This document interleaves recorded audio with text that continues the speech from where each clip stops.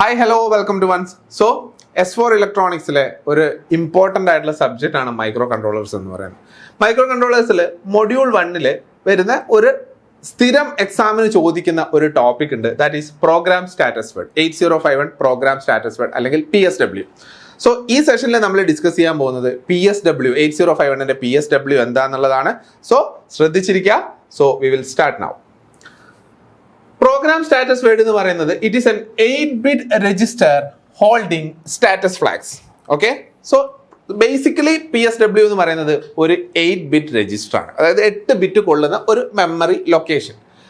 So ആ memory ലൊക്കേഷനിൽ they are holding status flags. അപ്പോൾ സ്റ്റാറ്റസ് ഫ്ലാഗ് എന്താണ് എന്നുള്ളത് ഓൾറെഡി മൈക്രോ പ്രോസസ്സറിനെ കുറിച്ച് കുറച്ച് ഐഡിയ ഉള്ള ആൾക്കാർക്ക് അറിയാമായിരിക്കും. ഇല്ലെങ്കിലും കുഴപ്പമില്ല, നമ്മളിപ്പോൾ ക്ലിയർ ആയിട്ട് എക്സ്പ്ലെയിൻ ചെയ്യും. So it is the flag register of 8051. 8051 flag register ആണ് PSW എന്ന് പറയുന്നത്. അപ്പോൾ ഫ്ലാഗ് രജിസ്റ്റർ എന്താണെന്ന് പറയാൻ പോകുന്നേ ഉള്ളൂ. Before that, these registers contains status of the results of operations performed by ALU. ഇവിടെയാണ് നമ്മൾ ഫോക്കസ് ചെയ്യേണ്ടത്. അതായത് വാട്ട് ഈസ് ALU? ALU എന്ന് പറയുന്നത് അരിത്തമെറ്റിക് ലോജിക് യൂണിറ്റ് ആണ് അല്ലേ. ഇത് എന്ത് ഓപ്പറേഷനാണ് ചെയ്യുന്നത്? അരിത്തമെറ്റിക് ഓപ്പറേഷൻസും ചെയ്യും, ലോജിക് ഓപ്പറേഷൻസും ചെയ്യും. ഒരു ഓപ്പറേഷൻ പെർഫോം ചെയ്ത് കഴിഞ്ഞാൽ എന്താണ് നമുക്ക് കിട്ടുന്നത്? V will get A result അല്ലെ. ഈ റിസൾട്ടിന്റെ കൂട്ടത്തിൽ തന്നെ നമുക്ക് ആ റിസൾട്ടിന് കുറച്ച് സ്റ്റാറ്റസ് ഡിഫൈൻ ചെയ്യാൻ വേണ്ടി പറ്റും. അതായത് suppose we are adding 2 numbers. 2 numbers add ചെയ്യുന്ന സമയത്ത് we will get another number അല്ലെ. Suppose we are adding 1 and 3. 1 + 3 we will get 4. ഈ കിട്ടുന്ന നമ്പറിന് ആ റിസൾട്ട് എന്ന് പറയുന്നത് 4 ആണ്. പക്ഷെ ആ 4ന്റെ കുറച്ച് സ്റ്റാറ്റസുകൾ നമുക്ക് ഡിഫൈൻ ചെയ്യാൻ പറ്റും. 4 ഈവൺ നമ്പർ ആണോ ഓഡ് നമ്പർ ആണോ, അതായത് നിങ്ങൾക്ക് കിട്ടിയ നമ്പർ ഈവൺ ആണോ ഓഡ് ആണോ എന്ന് നമുക്ക് പറയാൻ പറ്റും. ഈ കിട്ടിയ നമ്പർ 0 ആണോ എന്ന് നമുക്ക് പറയാൻ പറ്റും. ഓക്കെ, ഈ കിട്ടിയ നമ്പർ പോസിറ്റീവ് ആണോ നെഗറ്റീവ് ആണോ എന്ന് നമുക്ക് പറയാൻ പറ്റും. ഈ കിട്ടിയ നമ്പർ സിംഗിൾ ഡിജിറ്റ് ആണോ ഡബിൾ ഡിജിറ്റ് ആണോ എന്ന് നമുക്ക് പറയാൻ പറ്റും. സോ ഇതെല്ലാം ആ കിട്ടിയ റിസൾട്ടിന്റെ സ്റ്റാറ്റസുകളാണ്. കിട്ടിയ റിസൾട്ട് 4 ആണ്. ആ റിസൾട്ടിന്റെ സ്റ്റാറ്റസുകളാണ് ഞാനിപ്പോൾ പറഞ്ഞത്. അതേപോലെ 8051 അരിത്തമെറ്റിക് ലോജിക് യൂണിറ്റ് ഒരു ഓപ്പറേഷൻ പെർഫോം ചെയ്യുന്ന സമയത്ത് നമുക്കൊരു റിസൾട്ട് കിട്ടും. ആ റിസൾട്ടിനെ സ്റ്റോർ ചെയ്യാൻ there is accumulator register. പക്ഷേ ആ റിസൾട്ടിന്റെ സ്റ്റാറ്റസുകൾ അത് സ്റ്റോർ ചെയ്യാൻ വേണ്ടിയിട്ടാണ് നമ്മൾ ഫ്ലാഗ് രജിസ്റ്റേഴ്സ് യൂസ് ചെയ്യുന്നത്. സോ ഹോൾഡിംഗ് സ്റ്റാറ്റസ് ഫ്ലാഗ്സ് എന്ന് പറഞ്ഞു കഴിഞ്ഞാൽ അതിന്റെ മീനിങ് അതാണ്. നമ്മളൊരു ഓപ്പറേഷൻ പെർഫോം ചെയ്ത് കഴിഞ്ഞാൽ, നമ്മളല്ല ALU ഒരു ഓപ്പറേഷൻ പെർഫോം ചെയ്ത് കഴിഞ്ഞാൽ കിട്ടുന്ന റിസൾട്ടിന്റെ സ്റ്റാറ്റസുകൾ സ്റ്റോർ ചെയ്യുന്ന രജിസ്റ്റർ ആണ് ഇത് പ്രോഗ്രാം സ്റ്റാറ്റസ് വേർഡ് എന്ന് പറയുന്നത്. അതൊരു 8-bit രജിസ്റ്റർ ആണ്. എന്ന് വെച്ച് കഴിഞ്ഞാൽ 8 സ്റ്റാറ്റസുകൾ നമുക്ക് സ്റ്റോർ ചെയ്യാൻ പറ്റും. Okay, so they are changed by ALU after every arithmetic or logic operations. ഓരോ ലോജിക് ഓപ്പറേഷൻ, ഓരോ അരിത്തമെറ്റിക് ഓപ്പറേഷൻ കഴിയുന്നതോടുകൂടി ALU ഈ പ്രോഗ്രാം സ്റ്റാറ്റസ് വേർഡ് ചേഞ്ച് ചെയ്തുകൊണ്ടിരിക്കും. എന്ന് വെച്ച് കഴിഞ്ഞാൽ ഓരോ ഓപ്പറേഷൻ കഴിയുമ്പോഴും കിട്ടുന്ന റിസൾട്ട് ഡിഫറെന്റ് ആയിരിക്കും.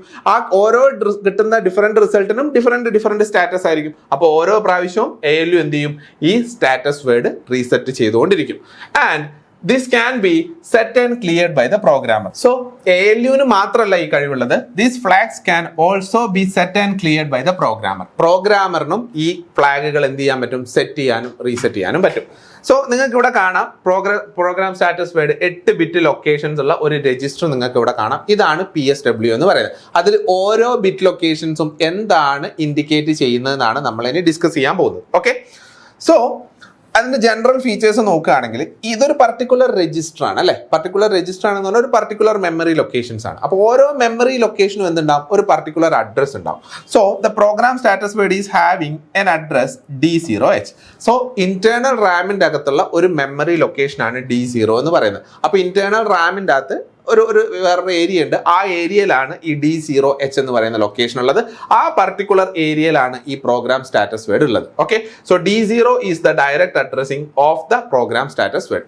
ഇത് കൃത്യമായിട്ട് നമുക്ക് അഡ്രസ് അറിയില്ലെങ്കിലും കുഴപ്പമില്ല. മെയിൻ ആയിട്ട് നമ്മൾ ഫോക്കസ് ചെയ്യേണ്ടത് ഇതിൽ ഓരോ ലൊക്കേഷൻസിലും എന്തൊക്കെയാണ് ഫ്ലാഗ്സ്, എന്തൊക്കെയാണ് സ്റ്റാറ്റസുകൾ എന്നാണ് കൃത്യമായിട്ട് അറിയേണ്ടത്. ഓക്കെ, കൂടാതെ ഇതിലുള്ള ഓരോ ബിറ്റ്സിനും ഓരോ അഡ്രസ് ഉണ്ട്. അതായത് ഈ ഒരു പർട്ടിക്കുലർ ലൊക്കേഷനിലുള്ള ബിറ്റിന് PSW.0 എന്ന് പറഞ്ഞിട്ടൊരു അഡ്രസ് ഉണ്ട്. ഇതിന് PSW.1, PSW.2 അങ്ങനെ ഓരോ ബിറ്റും ബിറ്റ് അഡ്രസ്സബിൾ ആണ്. അതും ഒരു ഫീച്ചർ ആണ്. ഓരോ ബിറ്റിനെ നിങ്ങൾക്ക് സെപ്പറേറ്റ് ആയിട്ട് ചേഞ്ച് ചെയ്യാൻ വേണ്ടി പറ്റും, പ്രോഗ്രാമറിന് ചേഞ്ച് ചെയ്യാൻ വേണ്ടി പറ്റും. അപ്പോൾ ഒന്ന് നോക്കിക്കേ ഏതൊക്കെയാണ് ഇതിൻ്റെ അകത്ത് വരുന്ന ഫ്ലാഗുകൾ. ഫസ്റ്റ് ലൊക്കേഷനിൽ CY എന്ന് എഴുതിയിട്ട് കാണാം. That is carry flag. Okay, the first location contains carry flag. Second location AC എന്ന് എഴുതിയിട്ട് കാണാം, that is auxiliary carry flag. Next F0 എന്ന് പറയുന്നത് general purpose status flag. പിന്നെ RS1 RS0 രണ്ട് പേര് ഒരുമിച്ചാണ്, that is register bank selector bit 1 register bank select bit 2. ഇതെന്താന്നുള്ളത് നമ്മൾ ഡീറ്റെയിൽ ആയിട്ട് എക്സ്പ്ലെയിൻ ചെയ്യും, ഒന്നും ടെൻഷൻ ആവേണ്ട, ഭയങ്കര സിമ്പിൾ സംഭവമാണ് ഇത്. ഓക്കെ, നെക്സ്റ്റ് വരുന്നത് OV എന്ന് പറയുന്നത് ഓവർഫ്ലോ ഫ്ലാഗ്. ഇത് പ്രത്യേകമായിട്ട് യൂസ് ഒന്നുമില്ലാത്തൊരു ലൊക്കേഷനാണ്, നമുക്ക് വേണമെങ്കിൽ യൂസർ ഡിഫൈൻഡ് ആയിട്ടുള്ള ബിറ്റ്സ് അവിടെ സ്റ്റോർ ചെയ്യാൻ വേണ്ടി പറ്റും. Then P defined as the parity flag. So ഏതൊക്കെയാണ് ഫ്ലാഗ് വരുന്നത്? Carry flag, auxiliary carry flag, register select bits, overflow flag, parity flag. പിന്നെ രണ്ട് ലൊക്കേഷനിൽ പ്രത്യേകിച്ച് സ്റ്റാറ്റസുകളൊന്നുമല്ല, വേണമെങ്കിൽ നമുക്ക് എന്ത് ചെയ്യാം, പ്രോഗ്രാമറിന് അവിടെ ബിറ്റ്സ് സ്റ്റോർ ചെയ്യാൻ വേണ്ടിയിട്ട് യൂസ് ചെയ്യാം. സോ നമുക്ക് 1 by 1 ആയിട്ട് ഡിസ്കസ് ചെയ്യാം. First one is carry flag. Carry flag എന്ന് പറയുന്നത് നമ്മൾ ഒരു മൈക്രോ പ്രൊസസ്സർ ഓപ്പറേഷൻ പഠിക്കുന്ന സമയത്തെ കേട്ട് പരിചയമുള്ള ഒരു സംഭവമാണ്. അതായത് ക്യാരി ഒരു ഓപ്പറേഷൻ പെർഫോം ചെയ്തതിന് ശേഷം ക്യാരി ഉണ്ടായിട്ടുണ്ടോ ഇല്ലയോ എന്ന് തീരുമാനിക്കുന്ന ഫ്ലാഗ് ആണ് ക്യാരി ഫ്ലാഗ് എന്ന് പറയുന്നത്. അപ്പൊ നമ്മൾ നേരത്തെ പറഞ്ഞതുപോലെ തന്നെ ഒരു സർട്ടൈൻ ഓപ്പറേഷൻ പെർഫോം ചെയ്ത് കഴിഞ്ഞു, അതിന്റെ റിസൾട്ട് അക്യുമുലേറ്റർ രജിസ്റ്ററിൽ സ്റ്റോർ ആയി കഴിഞ്ഞു. സോ റിസൾട്ട് അവിടെ സേഫ് ആണ്. ആ റിസൾട്ട് ഉണ്ടാവുന്ന സമയത്ത് MSBs ഓപ്പറേറ്റ് ചെയ്യുന്ന സമയത്ത് ക്യാരി ജനറേറ്റ് ചെയ്തിട്ടുണ്ടോ എന്ന് മനസ്സിലാക്കാൻ നിങ്ങൾക്ക് ക്യാരി ഫ്ലാഗ് നോക്കിയാൽ മനസ്സിലാവും. So it indicates whether the carry out of MSB after any arithmetic operation. If the carry is generated then the carry flag value is 1. If the carry is, there is no carry generated out of MSB, then the carry flag value will be 0. ഇങ്ങനെയാണ് സംഭവിക്കുന്നത്. ഇനി എങ്ങനെയാണ് carry out of MSB എന്ന് പറയുന്ന concept എന്താണെന്നുള്ളതാണ് നമ്മൾ രണ്ട് examples വെച്ചിട്ട് explain ചെയ്യാൻ പോകുന്നത്. സോ 8051 എന്ന് പറയുന്നത് ഒരു 8-bit മൈക്രോ കൺട്രോളർ ആണ്. അതിന് അറ്റ് എ ടൈം 8-bit ഡാറ്റേഴ്സിനെയാണ് ഓപ്പറേറ്റ് ചെയ്യാൻ പറ്റുന്നത്. അപ്പോൾ ഇവിടെ രണ്ട് 8 ബിറ്റുകൾ തമ്മിൽ ആഡ് ചെയ്യുന്ന ഒരു ഓപ്പറേഷൻ ഇവിടെ എഴുതി വെച്ചിട്ടുണ്ട്. സോ ഈ രണ്ട് 8 ബിറ്റുകളെ നമുക്കൊന്ന് ആഡ് ചെയ്ത് നോക്കാം.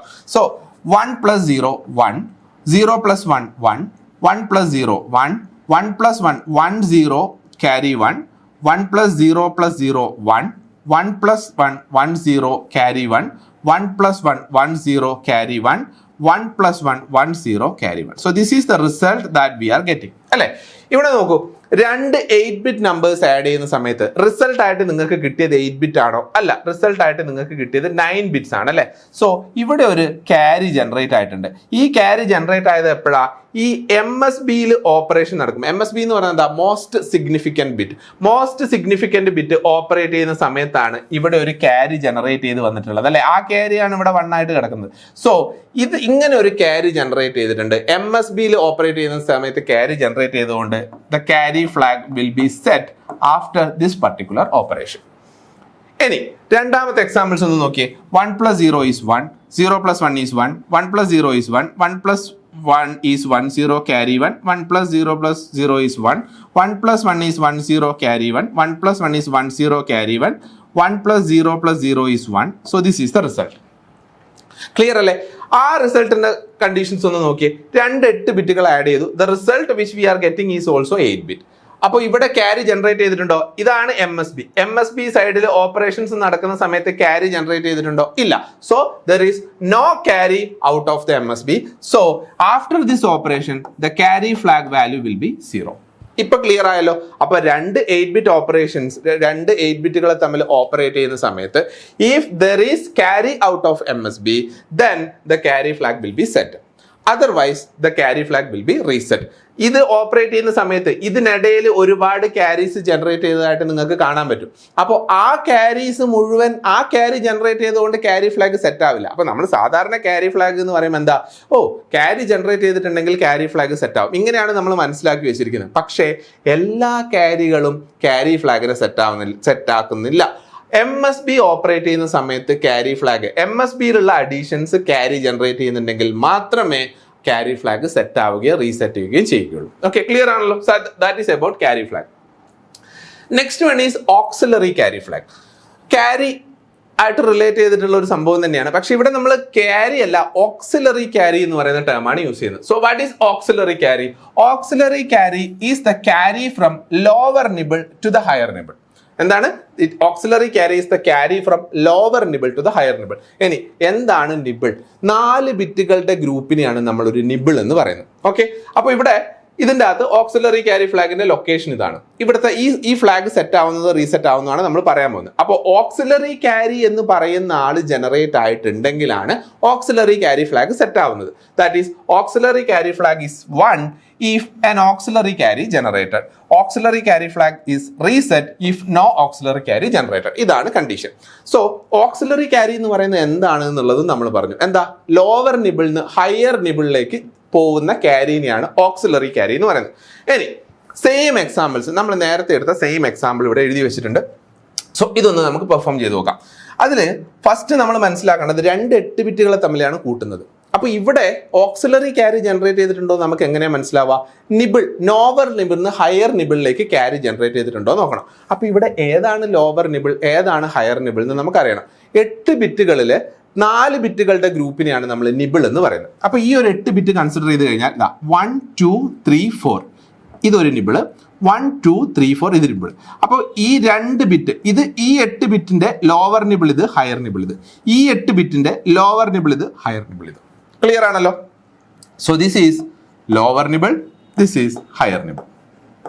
ഇനി ഓപ്പറേഷൻസ് എഡിഷൻ പെർഫോം ചെയ്യാം. So 1 + 0 1, 0 + 1 1, 0 + 1 1 + 1 1 0 carry 1, 1 + 0 + 0 1, 1 + 1 1 0 carry 1, 1 + 1 1 0 carry 1, 1 + 0 + 0 1. So this is the result.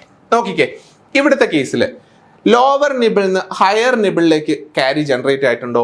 ഉണ്ട്. ഇതാ ലോവർ നിബിൾ, ഇതാണ് ലോവർ നിബിളിലെ ലാസ്റ്റ് ബിറ്റുകൾ തമ്മിൽ ആഡ് ചെയ്യുന്ന സമയത്ത് ഇവിടുന്ന് ഒരു ക്യാരി ഇങ്ങോട്ട് ചാടിപ്പോയിട്ടുണ്ട്. അപ്പൊ ലോവർ നിബിളിൽ നിന്ന് ഹയർ നിബിളിലേക്ക് ക്യാരി ജനറേറ്റ് ചെയ്തിട്ടുണ്ട്.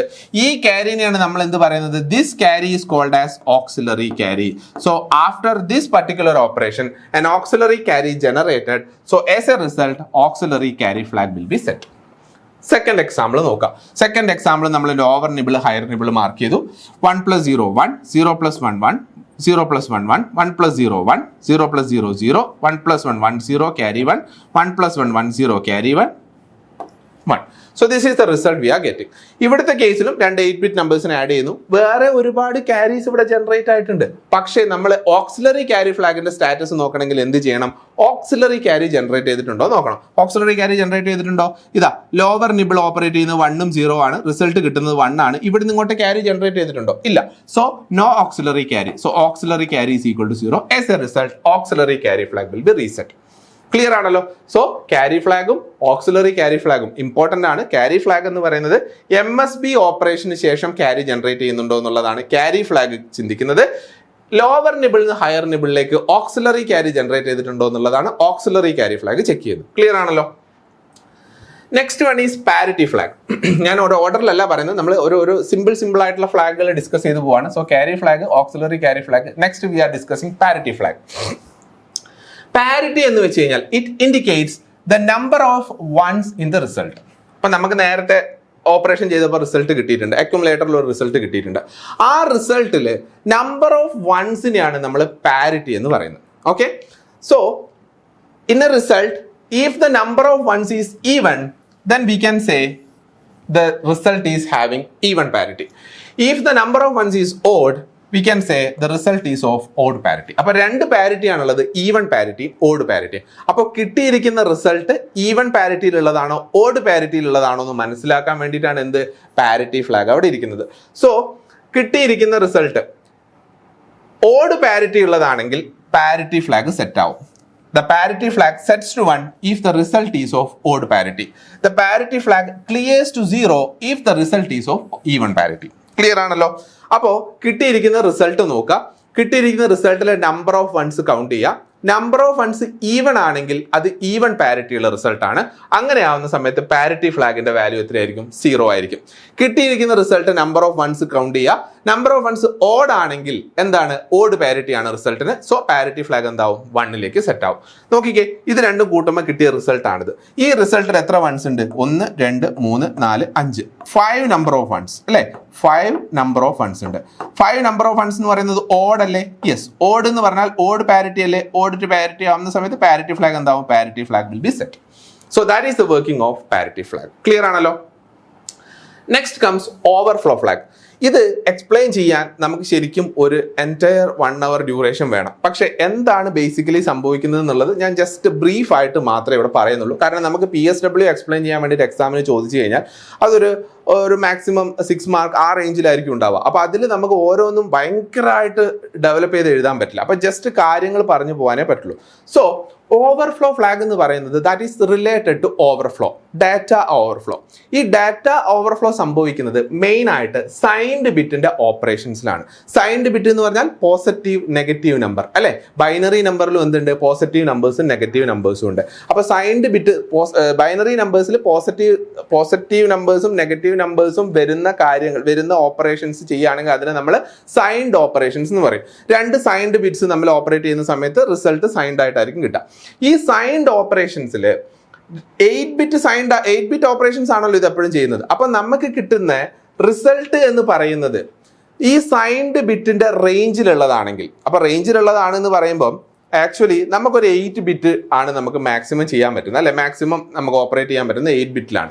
അപ്പോൾ നമുക്കൊരു റിസൾട്ട് 8 ബിറ്റ് കിട്ടിക്കഴിഞ്ഞാൽ, ഇപ്പൊ സൈൻ ഒന്നുമില്ല, സാധാരണ കേസിൽ ഒരു 8 ബിറ്റ് റിസൾട്ട് കിട്ടിക്കഴിഞ്ഞാൽ അത് 00 മുതൽ FF വരെ, അതായത് എല്ലാ 0 8 0 8 1 ഈ റേഞ്ചിലുള്ള റിസൾട്ട് ആണെങ്കിൽ നമുക്ക് എന്ത് പറയാം? അത് 8 ബിറ്റിൽ ഒതുങ്ങുന്ന റിസൾട്ട് ആണ് എന്ന് പറയാം.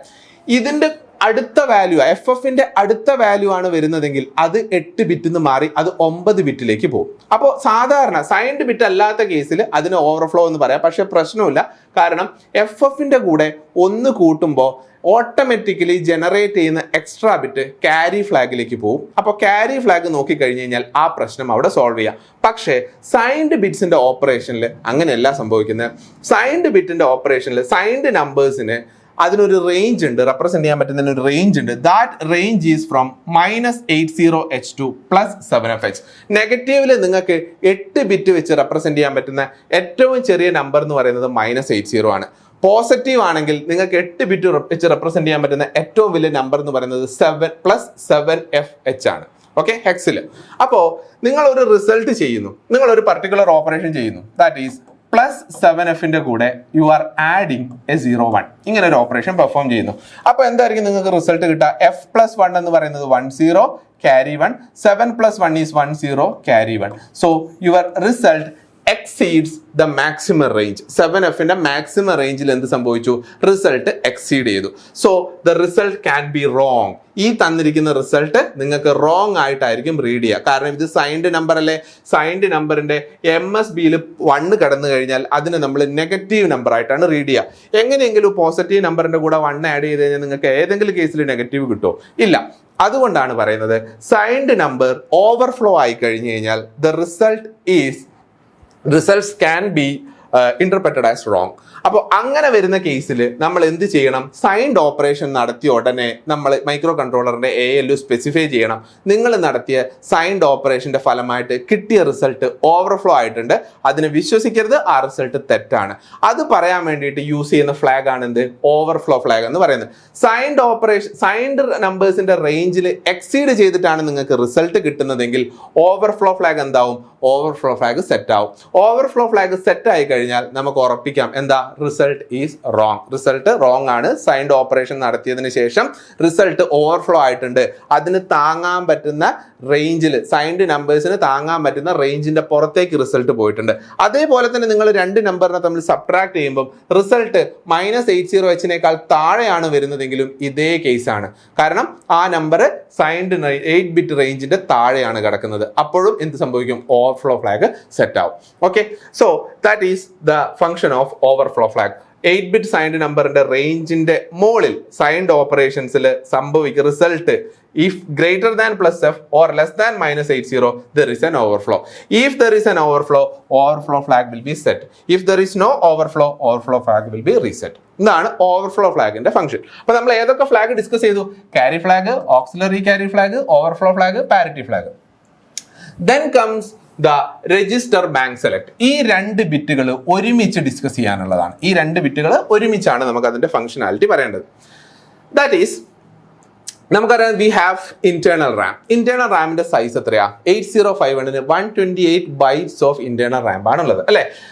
ആ 128 ബൈറ്റ്സ് ഓഫ് ഇന്റേണൽ റാമിനെ ഡിഫറെന്റ് സെഗ്മെന്റുകളായിട്ട് തിരിച്ചിട്ടുണ്ട്. നമ്മൾ റാമിന്റെ ഓർഗനൈസേഷനിലൊക്കെ പഠിക്കുന്നത് റാമിനെ എങ്ങനെയാണ് ഓർഗനൈസ് ചെയ്തിരിക്കുന്നതെന്ന്. ആ 128 ബൈറ്റ്സിനെ 32 ബൈറ്റ്സിന്റെ ഒരു സെക്ഷൻ, 16 ബൈറ്റ്സിന്റെ ഒരു സെക്ഷൻ, 80 ബൈറ്റ്സിന്റെ സെക്ഷൻ, ഇങ്ങനെയാണ് ഡിവൈഡ് ചെയ്തിരിക്കുന്നത്. അതില് ഫസ്റ്റ് 32 ബൈറ്റ്സ് എന്ന് പറഞ്ഞു കഴിഞ്ഞാൽ ഫസ്റ്റ് 32 ലൊക്കേഷൻ, ഓരോ ലൊക്കേഷനിലും ഓരോ ബൈറ്റ്സ് ആണ് കൊള്ളുക. അപ്പൊ 32 ലൊക്കേഷൻ എന്ന് പറയുമ്പോൾ 32 ബൈറ്റ്സ് ഓഫ് മെമ്മറി. അപ്പൊ ഫസ്റ്റ് 32 ബൈറ്റ്സ് ലൊക്കേഷനെ 4 ബാങ്കുകളാക്കിയിട്ട് ഗ്രൂപ്പ് ചെയ്തിട്ടുണ്ട്. എങ്ങനെയാണ്? ഫസ്റ്റ് റാമിന്റെ ഇന്റേണൽ റാമിന്റെ ഫസ്റ്റ് 32 ലൊക്കേഷൻ, 128 ലൊക്കേഷൻസ് ആണ് മൊത്തം ഉള്ളത്.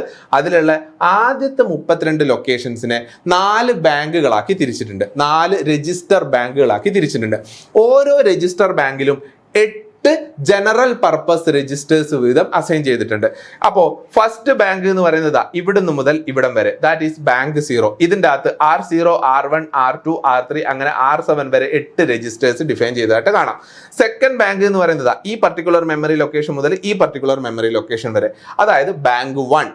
ഇതിന്റെ അകത്തും R0 മുതൽ R7 വരെയുള്ള രജിസ്റ്റേഴ്സ് ഡിഫൈൻഡ് ആണ്. അതേപോലെ തന്നെ ഇതിന്റെ അകത്തും 8 രജിസ്റ്റേഴ്സ് ഉണ്ട്, ഇതിന്റെ അകത്തും 8 രജിസ്റ്റേഴ്സ് ഉണ്ട്. ഈ രജിസ്റ്റേഴ്സിനെ ജനറൽ പർപ്പസ് രജിസ്റ്റേഴ്സ് ആണ് പറയുന്നത്. R0, R1, R2 etcetera up to R7 general purpose registers. General purpose registers bank 0 ഉണ്ട്, ബാങ്ക് 1 ഉണ്ട്, ബാങ്ക് 2 ഉണ്ട്, ബാങ്ക് 3 ഉണ്ട്.